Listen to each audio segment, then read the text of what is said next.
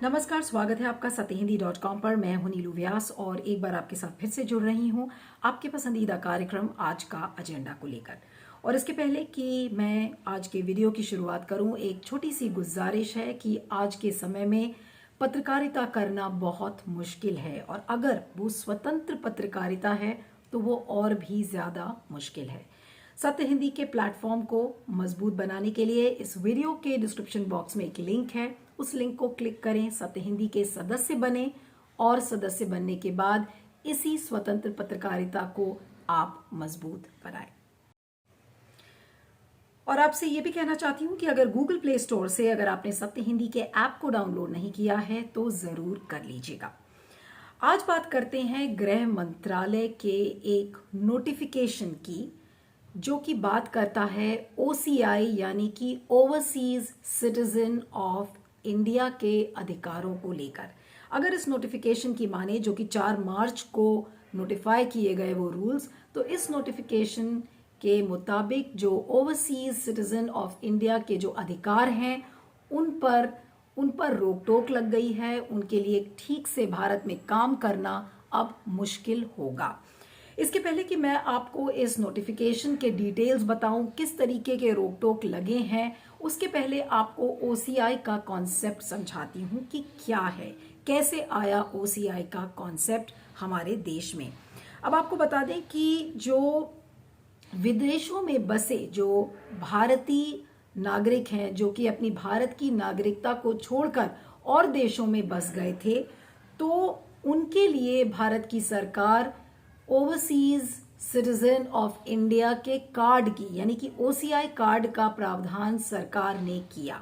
और इसलिए किया क्योंकि विश्व के कई देशों में दोहरी नागरिकता का प्रावधान है, जो कि भारत के कानून ने इस सुविधा को नहीं दिया हुआ है। लेकिन जब दोहरी नागरिकता को लेकर जब डिमांड्स पूरे विश्व में बढ़ी तो 2003 में भारत की सरकार ने पर्सन्स ऑफ इंडियन ऑरिजिन का कॉन्सेप्ट वो लेकर आई, यानी कि PIO। लेकिन जैसे जैसे हमारे इंडियन डायस्पोरा की ग्रोथ बढ़ी, उसका विकास हुआ, तो कई देशों से और कैटेगरीज की मांग होने लगी। तो इसके बाद 2005 में जब UPA की सरकार थी, तो प्रवासी भारतीय दिवस के एक कार्यक्रम में हैदराबाद में एक और कैटेगरी को बनाया गया और उसे कहा गया ओवरसीज सिटीजन ऑफ इंडिया यानी कि OCI। लेकिन 2015 में PIO को बिल्कुल खत्म कर दिया गया और अब रह गई है सिर्फ एक कैटेगरी, जिसे हम कहते हैं ओवरसीज सिटीजन ऑफ इंडिया, जिनको कि एक कार्ड दिया जाता है और उस कैटेगरी को हम कहते हैं overseas citizen of India card holder यानी कि OCI कार्ड होल्डर। तो ये कैटेगरी बनाई गई 2015 में। अब आपको बता दें कि एक सरकारी आंकड़े के मुताबिक इस समय पूरे विश्व में लगभग 60 लाख यानी कि 6 मिलियन OCI कार्ड धारक हैं। तो जाहिर सी बात है कि उनके अधिकारों को लेकर और उनके जो काम करने के तरीके हैं उसको लेकर तमाम तरीके की जो चिंताएं हैं वो व्यक्त की गई हैं। लेकिन OCI को भारत की सरकार कैसे ट्रीट करती है? हमेशा ओवरसीज सिटीजन ऑफ इंडिया को NRI का दर्जा दिया गया है, यानी कि जो मौलिक अधिकार और जो अधिकार NRIs को हैं वही अधिकार ओवरसीज सिटीजन्स को ऑफ इंडिया को दिए जाते थे। अब OCI कार्ड धारक की अगर हम बात करें तो वो भारत में जीवन भर रह सकते हैं, आर्थिक लेन देन अपनी मर्जी से कर सकते हैं, वो जब चाहें तो भारत में आ जा सकते हैं। और OCI कार्ड धारकों के पास, जैसा कि मैंने आपको बताया, कि ये सारे अधिकार मौजूद हैं, सिवाय 4 कैटेगरीज के जो अधिकार हैं वो उनके पास नहीं है। और ये समझना होगा कि वो 4 अधिकार क्या हैं। पहला अधिकार है कि जो OCI कार्ड धारक है वो चुनाव नहीं लड़ सकते, दूसरा वो वोट नहीं डाल सकते, तीसरा वो सरकारी नौकरी या किसी संवैधानिक पद पर नहीं बैठ सकते, और चौथा वो खेती वाली जमीन नहीं खरीद सकते। तो ये जो रिस्ट्रिक्शंस हैं, इनके अलावा OCI को लेकर कोई भी रोक टोक, जो जहां तक अधिकारों की बात है, तो वो भारत सरकार ने नहीं लगाई थी। लेकिन 4 मार्च का जो नोटिफिकेशन है उसके मुताबिक, अब आपको ये बता दें कि जो 4 मार्च का जो ये नोटिफिकेशन है, ये 2019 में एक ब्रोशर बनाया गृह मंत्रालय ने, और इन नियम और कानून को उस ब्रोशर का हिस्सा बनाया गया, जिसे कि अब हाल फिलहाल 4 मार्च को नोटिफाई किया गया है। अब अगर आम भाषा में मैं आपको 2 लाइन में समझाऊं कि ये जो नोटिफिकेशन है ये क्या करता है। भारत की सरकार ने ओवरसीज सिटीजन्स ऑफ इंडिया को अपनाया और कहा कि नहीं, ये हमारे लोग हैं, हमारे नागरिक हैं। लेकिन अगर इस नए नोटिफिकेशन की मैं बात करूं तो इसके मुताबिक जो भारत की जो सरकार है और ओवरसीज सिटीजन्स ऑफ इंडिया के बीच की दूरियां बढ़ गई हैं। अगर उनके रिश्ते की हम बात करें तो उस रिश्ते से ऐसा लग रहा है कि अब भरोसा उठ गया है, उस रिश्ते में अब खटास आ गई है। और मैं ऐसा क्यों कह रही हूं, क्योंकि अब इन्हीं ओसीआई को, यानी कि ओवरसीज सिटीजन्स ऑफ इंडिया को, अब विदेशी नागरिक की तरह ट्रीट किया जाएगा। जी हां, ओसीआई को अब फॉरेन नेशनल की तरह देखा जाएगा, जहां तक इकोनॉमिक, फाइनेंशियल और एजुकेशन के मैटर्स हैं, यानी कि आर्थिक और जो शैक्षिक अधिकार हैं, उसमें इन ओसीआईज को विदेशी नागरिक माना जाएगा। लेकिन इसके बावजूद और भी कई रोक टोक हैं, बहुत सारे रिस्ट्रिक्शंस इन ओसीआई पर लगाए गए हैं। जैसे कि अगर कोई भी ओसीआई अगर कोई शोध करना चाह रहा है तो उसको लेकर उसे वो तभी रिसर्च कर सकता है जब उसे FRRO यानी कि फॉरेन रीजनल रजिस्ट्रेशन ऑफिस से परमिशन नहीं मिल जाती। उसी तरीके से अगर ओसीआईज को कोई मिशनरी एक्टिविटी करनी है या किसी धार्मिक प्रोग्राम में हिस्सा लेना है, जैसे हमने देखा था पिछले साल तबलीगी जमात, जो तबलीगी का इवेंट हुआ था, तो तबलीगी इवेंट या कोई इवेंजेलिकल प्रोग्राम हो या कोई धार्मिक प्रोग्राम हो और उसमें अगर आपको हिस्सा लेना है ओसीआईज को, तो उसमें भी उन्हें परमिशन लेनी पड़ेगी। इसके अलावा अगर आप पत्रकारिता करते हैं, जैसे बहुत सारे ओसीआईज हैं अपने भारत में जो कि पत्रकारिता कर रहे हैं, और एक जीता जाता एग्जाम्पल द वायर के सिद्धार्थ वरदराजन हैं, तो उन जैसे लोगों के लिए अब मुश्किल हो सकती है, क्योंकि अगर उन्हें ये जर्नलिस्टिक एक्टिविटी करनी है, पत्रकारिता का कार्यक्रम जारी रखना है, तो उसके लिए उन्हें FRRO से परमिशन लेनी पड़ेगी। और इसके अलावा एक रोक टोक और भी है, एक उसमें यह है कि अगर कोई भी किसी भी ओसीआई को किसी प्रोटेक्टेड या प्रोहिबिटेड रीजन में जाना है, जो कि प्रोटेक्टेड एरिया भारत का माना जाता है, तो उसके लिए भी उसे परमिशन, स्पेशल परमिशन लेनी पड़ेगी। यानी कि इन सारी रोक टोक तो लगाई गई हैं। इसके अलावा जो इकोनॉमिक, फाइनेंशियल और जो एजुकेशनल मैटर्स हैं, उसमें उनको विदेशी नागरिक की तरह ट्रीट किया जाएगा। तो आज सवाल ये उठता है कि ऐसा निर्णय भारत की सरकार ने क्यों लिया या भारत के गृह मंत्रालय ने क्यों किया। कुछ एक्सपर्ट से मैं बात कर रही थी तो उन्होंने कहा कि कुछ जजमेंट्स ऐसे आए थे जिसमें कि भारत के गृह मंत्रालय को ओसीआईज के द्वारा, यानी कि ओवरसीज सिटीजन ऑफ इंडिया के द्वारा, उन्हें मुंह की खानी पड़ी। मिसाल के तौर पर जो पहला जजमेंट था वो दिल्ली हाई कोर्ट का एक जजमेंट था, जिसे कि जस्टिस विभू भाकरू ने वो जजमेंट दिया था, और उन्होंने कहा था कि जो एक अमेरिकन इंडियन डॉक्टर है वो इवेंजेलिकल एक्टिविटीज कर रहे थे, यानी कि धार्मिक कार्यक्रम कर रहे थे, और भारत की सरकार ने उनके ओसीआई कार्ड को कैंसिल कर दिया था। तो उसको लेकर वो कोर्ट गए और दिल्ली की अदालत ने, यानी कि दिल्ली हाई कोर्ट ने कहा कि ओसीआईज के जो रूल्स बने हुए हैं उसमें इवेंजेलिकल एक्टिविटीज पर रोक टोक नहीं है, तो उसमें गृह मंत्रालय को मुंह की खानी पड़ी। दूसरा एक केस था कर्नाटका हाई कोर्ट का, जिसमें कि जस्टिस BV नागरत्ना और जस्टिस NS संजय गौड़ा ने कहा था कि जो ओसीआई स्टूडेंट्स हैं उनको भारत के स्टूडेंट्स की तरह ही ट्रीट किया जाएगा किसी भी प्रोफेशनल कोर्स में। तो इस चीज को देखिए, अब उस पर रोक टोक आ गई है, यानी कि अगर प्रोफेशनल कोर्स में अगर आपको एडमिशन लेना है और अगर आप ओसीआई कार्ड धारक हैं तो आपको सोचना पड़ेगा कि आप भारतीय नहीं हैं बल्कि आप विदेशी हैं। फिर तीसरा जो एक ऑनगोइंग मामला है जो अभी भी चल रहा है, और वो लिटिगेशन है कि एक लिटिगेशन ऐसा चल रहा है कि जितने भी ओसीआईज हैं वो जो संवैधानिक मूलभूत अधिकार हैं, जो फंडामेंटल राइट्स हैं, वो उन पर लागू होंगे और उन्हें उन मौलिक अधिकारों से वंचित नहीं किया जा सकता। तो ये मामला भी हाई कोर्ट में चल रहा है और उसमें लेकर तमाम ये बातें खड़ी हो रही हैं कि जैसे सिद्धार्थ वरदराजन जो द वायर के हैं, उन जैसे लोगों के ऊपर जो कि ओसीआई हैं, ओवरसीज सिटीजन ऑफ इंडिया की कैटेगरी में वो आते हैं, तो उनके लिए जो वो मौलिक अधिकारों की आज लड़ाई लड़ रहे हैं तो उनके लिए भी ये रोक टोक हो सकती है। तो ये जो मामला पूरा कोर्ट में चल रहा है, तो ये जो जुडिशियल डिफीट्स हैं, यानी कि अदालतों में जिस तरीके से कुछ केसेस में सरकार को मुंह की खानी पड़ी, तो उसके बाद ये नोटिफिकेशंस लाए गए, इन रोक टोक को शामिल किया गया और नोटिफिकेशंस के द्वारा आपने ओसीआई का जो रिश्ता है भारत सरकार से, उसमें दूरियां आप लेकर आ गए। संजय हेगड़े जी, आपका साथी हिंदी पर बहुत बहुत स्वागत है। ये जो गृह मंत्रालय का नया जो नोटिफिकेशन आया है, जिसमें उन्होंने कहा है कि ये जो ओसीआईज हैं, जो ओवरसीज सिटीजन्स ऑफ इंडिया, अब ये अगर जर्नलिस्टिक एक्टिविटी करना चाहते हैं या तबलीगी या इवेंजेलिकल सर्विसेज अगर अंडरटेक करना चाहते हैं, तो उनको उस चीज के लिए परमिशन लेनी पड़ेगी एफआरआरओ से। अब इसको कैसे देखा जाए? और ये भी कहा गया है कि ये जो ओसीआईज हैं, अब they will be treated as foreign nationals. तो ये थोड़ा सा आपसे समझना था कि इसको कैसे देखा जाए, इस स्टेप को जो गृह मंत्रालय का है। देखिए, ये गृह मंत्रालय का जो स्टेप है, वो जो पुराना अमेंडमेंट था सिटीजनशिप एक्ट में, उसके विपरीत जाता है।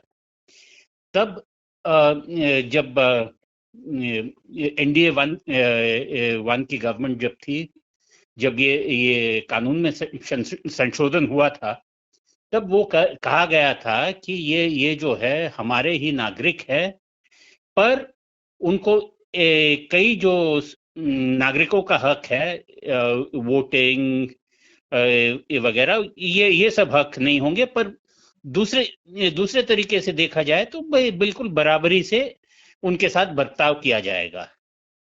अब ये जो नोटिफिकेशन आ गया है, उसके तहत ये कहा गया है कि सब ये जो ओसीआई है वो फॉरेन नेशनल्स है, जिनको लॉन्ग टर्म वीजा इंडिया में रहने का दिया गया है। तो एकदम से अपनों से इनको पराया बनाया गया है। और जब ये फॉरेन नेशनल्स की तरह जब ट्रीट हो रहे हैं, तब अगर वो जर्नलिज्म करना चाहे, अगर वो इवेंजलाइज करना चाहे या तबलीग में जाना चाहे, तो सब चीजों के लिए आप किसी सरकारी अफसर से आपको पहले परमिशन लेनी पड़ेगी। तो जो आज, क्या आप ये कह सकते हो कि कोई भारतीय नागरिक जर्नलिज्म नहीं कर सकता है, या तबलीग में नहीं जा सकता है, या क्रिश्चियन इवेंजलाइजेशन नहीं कर सकता है? तो जो भारतीय नागरिक पर जो रोक नहीं है, वो आप इन पर रोक लगा रहे हैं ओसीआईज पे, क्योंकि आप अब उन्हें फॉरेनर ही मान रहे हैं। जो पहले जो समानता लाने की जो कोशिश थी, वो बंद हुआ है, और अभी इनको महसूस कराया जा रहा है कि आप भारतीय नहीं हो, आप हो फॉरेनर, जिन्हें जो भारत मूल के हो, और आप लॉन्ग टर्म वीजा पे हो, और वीजा के बहुत सारे कंडीशंस आप पे लागू होंगे। बिल्कुल। इसका लेकिन असर आप क्या देख रहे हैं हेगड़े साहब? इसका जो एक असर है सोशल फैब्रिक पर, वो किस तरीके का पड़ेगा? क्योंकि हाल में कुछ जजमेंट्स थे, जैसे कर्नाटका हाई कोर्ट का जजमेंट था, जिसमें कि एक दिल्ली हाई कोर्ट में जो जस्टिस भाकरू हैं, उन्होंने एक जजमेंट दिया था, और एक इंडियन अमेरिकन नेशनल की ओसीआई कार्ड सरकार ने उसका कैंसिल कर दिया था। तो ये सब क्या रेपरकशंस उनकी वजह से हैं, जो ये जुडिशियल डिफीट्स आई हैं, और उससे लग रहा है सरकार की कहीं ना कहीं हार रही है? तो इस वजह से इस तरीके के अमेंडमेंट्स लेकर आई है सरकार? अब सरकार भी तो अमेंडमेंट्स कानून में नहीं लाई है, वो जो कानून के तहत जो रेगुलेशंस है उस पे लाई है। यानी सरकार नहीं, अफसरों ने ये कानून में तब्दीली लाए हैं इम्प्लीमेंटेशन में। तो हाँ, दिल्ली हाई कोर्ट का जजमेंट था, कर्नाटका हाई कोर्ट का जजमेंट था, तो उन सब को नजरअंदाज करने के लिए ये रेगुलेशंस में तब्दीली लाए गए हैं। मैं ये नहीं मानता हूं कि ये जो नोटिफिकेशन के तहत ये सारे जो तब्दीली लाया गया है, उसके खिलाफ भी अभी चैलेंजेस होंगे। अब ये भी देखिएगा ना कि जो पहले एफसीआई, ये फेमा में भी जो जो सब प्रावधान थे ओसीआईओ पे कम लगते थे। हम्म। आज अगर कोई संस्था बन रही है, कहीं कोई स्कूल बन रहा है, कहीं कोई मंदिर बन रहा है, और अगर मेरे परिवार वाले जो विदेश में रहते हैं, विदेशी नागरिक है और ओसीआई भी है, वो अगर पैसा भी भेजना चाहे तो फिर उन्हें फेमा के तहत परमिशन लेना पड़ेगा। अगर वो यहाँ आके किसी पेपर में काम करना चाहे या कोई जर्नलिस्टिक एक्टिविटी किसी वेब पोर्टल या टीवी स्टेशन में काम करना चाहे तो भी परमिशन लेना पड़ेगा। अब तो ये इससे वही सवाल आ जाता है ना कि ओसीआई सरकार से पूछने शुरू करेंगे कि आखिर हम आपके हैं कौन। बिल्कुल, बिल्कुल।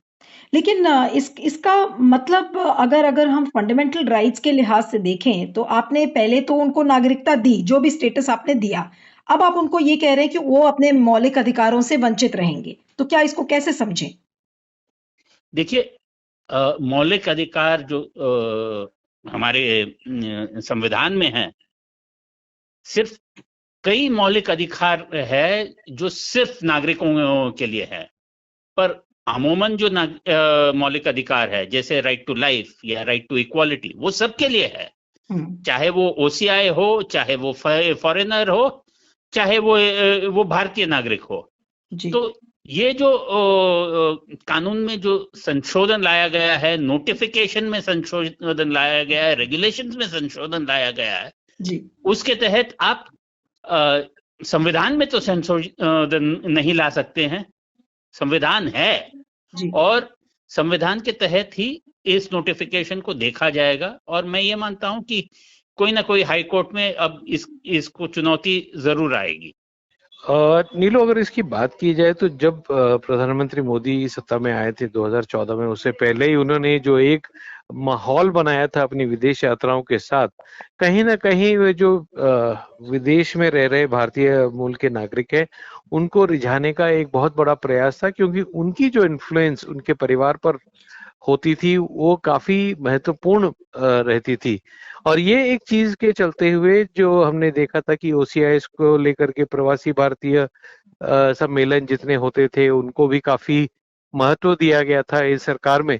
तो यहाँ पर ये जो फैसला लिया जा रहा है ये कहीं ना कहीं चौंकाने वाली बात है, क्योंकि जिस तरह से एक समय पर ओसीआई जो लोग थे उनको शायद वोटिंग के अधिकार देने तक की बात ये सरकार कर रही थी, और आज उनकी जो सिटीजनशिप है उसको लेकर के भी अगर इस तरह का एक नोटिफिकेशन आया है तो ये एक सवाल चौंकाता है कि ऐसा क्या हो गया कि भारतीय मूल के जो नागरिक हैं जिनको सरकार हमारे जैसे आम भारतीय नागरिकों के समान देख रही थी, तो ये अब ऐसा क्या है कि उनसे जो उनके अधिकार है, जो ड्यूअल सिटीजनशिप के राइट्स हैं, उसको वापस लेने की बात की जा रही है। तो जरूर इस पर मेरे ख्याल से जो दिल्ली हाईकोर्ट का फैसला आया है उसके बाद से जिस तरह के कदम उठाए गए हैं चौंका देने वाले जरूर है, लेकिन क्या ये सरकार इस पर दोबारा चर्चा करेगी या फिर कुछ इसको लेकर के आगे करेगी, तो शायद कुछ रिप्रेजेंटेशंस के बाद ही इस पर एक स्पष्ट पिक्चर जो है वो सामने आएगी। अब इसको कैसे समझा जाए कि भारत के गृह मंत्रालय ने ओवरसीज सिटीजन्स ऑफ इंडिया के साथ ऐसा सौतेला व्यवहार क्यों किया? कुछ बातें यहां पर समझने की हैं। पहला ये कि जो पूरे ओसीआई का कॉन्सेप्ट है जिसमें कि हम दोहरी नागरिकता की बात करते थे, वो दोहरी नागरिकता का कॉन्सेप्ट खत्म हो गया है। अब हमें इस बात को मान लेना चाहिए कि ये बस अब एक लॉन्ग टर्म वीजा प्रोग्राम है, और ये जो सरकार है ये अपने ही कहे पर जो खुद इंप्लीमेंटेड पॉलिसीज थी उसी को उलट दिया है। और मैं इसलिए कह रही हूं कि क्योंकि 2003 में जब एल.के. आडवाणी गृह मंत्री थे तब उन्होंने कहा था कि जो पीआईओ यानी कि पर्सन्स ऑफ इंडियन ओरिजिन और जो ओवरसीज इंडियन सिटीजन्स को लेकर जो पूरा कॉन्सेप्ट है वो दोहरी नागरिकता से जुड़ा हुआ है। यानी कि दोहरी नागरिकता को अब बिल्कुल ऐसा लग रहा है कि इस नए नोटिफिकेशन ने खत्म कर दिया है। अब दूसरा सवाल ये आता है कि अगर आप ओसीआईज को फॉरेन नेशनल्स की तरह ट्रीट करेंगे तो वो किस कानून के तहत आएंगे? क्योंकि फॉरेनर्स को ट्रीट करने के लिए कौन कौन से कानून है? फॉरेनर्स एक्ट 1946 है, फॉरेन एक्सचेंज मैनेजमेंट एक्ट 2003 है। तो अब जो OCIs हैं, अगर आप उनको फाइनेंशियल, इकोनॉमिक और शैक्षिक जहां तक उनके अधिकार हैं और उसमें अगर आप उनको फॉरेन नेशनल्स ट्रीट करोगे तो फिर ये मौलिक अधिकारों से वंचित कराने वाली बातें हो जाएंगी। तो ये तमाम सारी जो ये बातें हैं ये बार बार आ रही हैं और इसको लेकर काफी लोग आलोचना भी कर रहे हैं कि जो भारत की सरकार है वो एक नए तरीके की, एक नई कैटेगरी बिल्कुल बनाना चाहती है और इस कैटेगरी से जो first class citizen, second class citizen और थर्ड क्लास सिटीजन की जो एक फीलिंग होती है वो ऐसा लग रहा है कि भारत की सरकार जगाना चाह रही है। और जैसा कि मैंने आपको कहा कि ये जो सारे चेंजेस हैं ये सिर्फ नोटिफिकेशन के जरिए हुए हैं और इसमें बार बार जो कानून का हवाला दिया जाता है कि जो सेक्शन 7B है सिटीजनशिप एक्ट का, उसके तहत आप नोटिफिकेशंस जारी कर सकते हैं और इन नोटिफिकेशंस के तहत आप जो OCIs के जो अधिकार हैं उनको आप छीन सकते हैं, कम कर सकते हैं, उस पर रोक टोक लगा सकते हैं। लेकिन आज सवाल नैतिकता का है और कानूनी आधार का है कि ये कितना कानूनी है और कानून के पैमाने पर ये कितना खरा उतरता है इस तरीके का जो एक कदम भारत की सरकार ने उठाया है। यानी कि एक नागरिक की श्रेणी भारत सरकार ने बनाई, बीजेपी की सरकार ने बनाई, जब एल के आडवाणी मुख्यमंत्री गृह मंत्री जिस समय थे, तो उस समय की NDA सरकार ने ये कहा कि जो OCIs हैं या पर्सन्स ऑफ इंडियन ओरिजिन हैं वो आपके ही नागरिक हैं, आपके भारतीय मूल के लोग हैं और दोहरी नागरिकता के तहत आपने उनके लिए कुछ प्रावधान किए थे लेकिन उन प्रावधानों को बदल दिया गया है। तो यानी कि जो एक प्रयोग किया गया था दोहरी नागरिकता को लेकर, उस प्रयोग को आज भारत की सरकार ने बिना किसी कानूनी आधार के, बिना किसी मौलिक अधिकारों के बारे में सोचने के बगैर उन्होंने इस प्रयोग को बिल्कुल खत्म कर दिया है। एक तरीके से जो वाजपेयी जी के समय में जिस प्रयोग को, यानी कि जिस एक्सपेरिमेंट को इतनी बढ़ चढ़ के जिसका हौसला बढ़ाया गया था और जिसको UPA की सरकार ने भी आगे बढ़ाया, तो उस एक्सपेरिमेंट को आज मोदी सरकार ने ऐसा लग रहा है कि बिल्कुल खत्म कर दिया है। ये वही मोदी सरकार है। आपको ध्यान होगा कि जब 2014 में मोदी जी जीत कर आए थे और इंडियन डायस्पोरा को, यानी कि जो विदेश में रहने वाले जो भारतीय मूल के जो लोग हैं, तो उनको कितनी बड़ी गैदरिंग्स में और बड़े तरीके से उन्होंने एड्रेस किया और कहा कि नहीं, ये तो हमारा पावर सेंटर है, हमारे इतने सारे रेमिटेंसेस आते हैं, भारत की इकोनॉमी को चलाते हैं। तो आज उन लोगों का क्या होगा? तो जो OCIs हैं, पर्सन्स ऑफ इंडियन ओरिजिन का तो कॉन्सेप्ट खत्म हो गया है, लेकिन वही लोग जो कि OCI कार्ड धारक हैं, आज आप उन्हीं के राइट्स को आप छीन रहे हैं, उन्हीं को मौलिक अधिकारों से आप वंचित कर रहे हैं। तो ये कैसी सरकार है? और सबसे बड़ी बात यह है कि क्या ये कानूनी तौर पर सही है? अब देखना ये होगा कि इस नोटिफिकेशन को क्या कोर्ट में चुनौती दी जाती है या नहीं दी जाती, क्योंकि जितने भी लीगल एक्सपर्ट्स हैं उनका मानना है कि अगर आप किसी भी श्रेणी के नागरिकों को, अगर आप कोई कैटेगरी में आप कर देते हैं या आप उनको अपना नागरिक मान लेते हैं, तो आप ऐसा कैसे हो सकता है कि आप उनको कानून की नजर में एक सेकंड क्लास या थर्ड क्लास सिटीजन बना देते हैं और उनको फंडामेंटल राइट से वंचित करते हैं। तो ये सारे बड़े सवाल हैं।